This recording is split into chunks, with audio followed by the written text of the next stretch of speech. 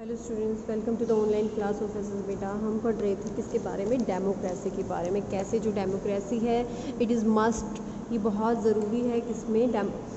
Equality कैसे ज़रूरी है डेमोक्रेसी में। अब हम डू नो सेक्शन पढ़ेंगे कि जो डेमोक्रेसी है दो ग्रीक शब्दों से आती है जिनका मिलकर डेमोस एंड क्रेतोस, जिनका मीनिंग होता है लोगों का शासन।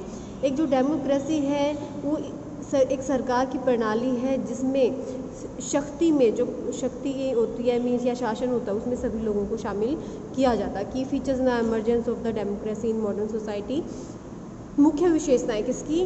आधुनिक समाज में जो लोकतंत्र है उसके उदय की मुख्य विशेषताएं। जो एमरजेंस है मॉडर्न सोसाइटी, मॉडर्न डेमोक्रेसी का, वो यूरोप से संबंधित है। मतलब लोकतंत्र का उदय, आधुनिक लोकतंत्र का उदय यूरोप से संबंधित है।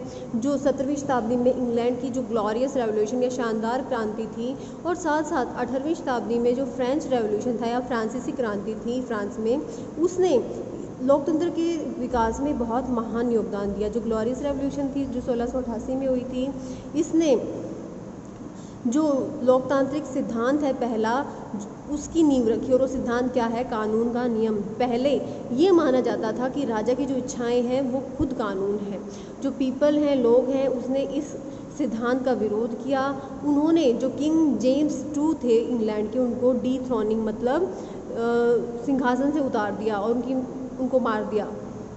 उन्होंने बिल ऑफ राइट्स का जो बिल ऑफ राइट्स पास किया, मतलब अधिकारों का विधेयक पास किया। एंड दे एस्टैब्लिश, उन्होंने क्या स्थापित किया? The idea of the idea. उन्होंने अपने देश में ये आइडिया स्थापित किया कि जो कंट्री है वो लोगों के द्वारा या फिर पार्लियामेंट के द्वारा पास किए गए लाज से चलेगी, ना कि किसी एक आदमी के विम्स, इच्छाओं से।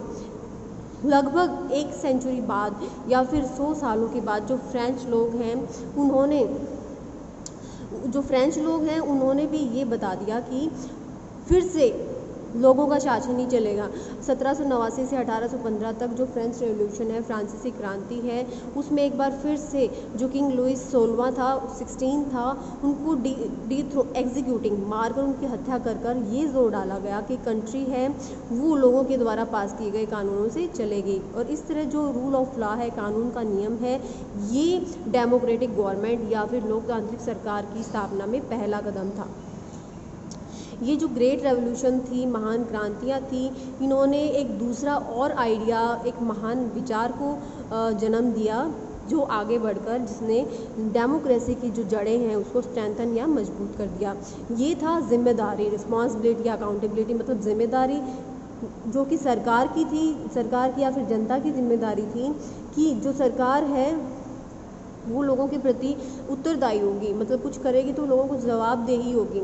और लोगों के पास राइट टू वोट डालने का अधिकार होगा और लोगों को इलेक्टोरेट या फिर मतदाता के नाम से जाना जाएगा। यस बेटा, अगला स्टेप था चार्टिस्ट मूवमेंट। चार्टिस्ट आंदोलन ये क्या था?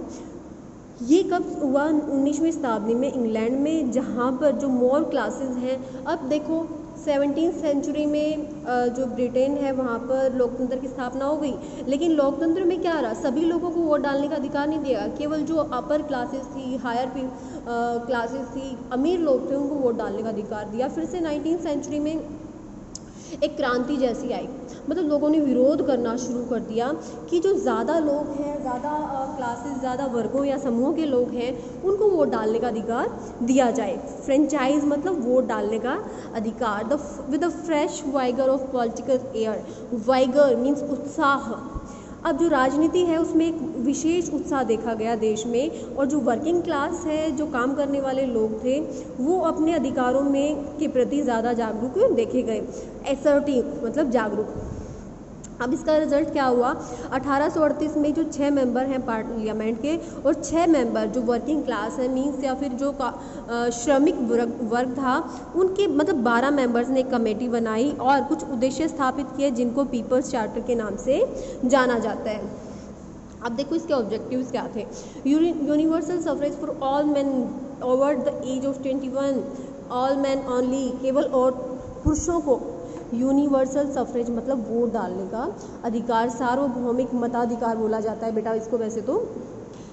21 साल से अधिक आयु के लोगों को वोट डालने का अधिकार दिया गया। इक्वल साइज इलेक्टोरल डिस्ट्रिक्ट्स, मतलब समान साइज़ के, समान आकार के जो वोटिंग एरियाज़ हैं या चुनाव क्षेत्र हैं वो बनाए गए। इसके बाद है सीक्रेट बैलेट, गुप्त मतदान की प्रक्रिया शुरू की गई कि जो वोटिंग, कौन किसको वोट कर रहा है वो किसी को पता नहीं होता था। अब जो ऐसी स्थिति को, अब एक नए कानून बनाए गए कि जो प्रॉपर्टी या फिर जो पहले प्रॉपर्टी के आधार पर वोट डालने का अधिकार दिया गया था वो बाद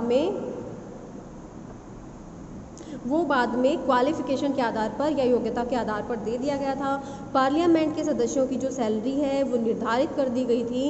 इसके साथ साथ वार्षिक जो चुनाव हैं वो भी निर्धारित किए गए। सो बेटा आज हम इतना ही पढ़ेंगे। So keep studying and have a nice day.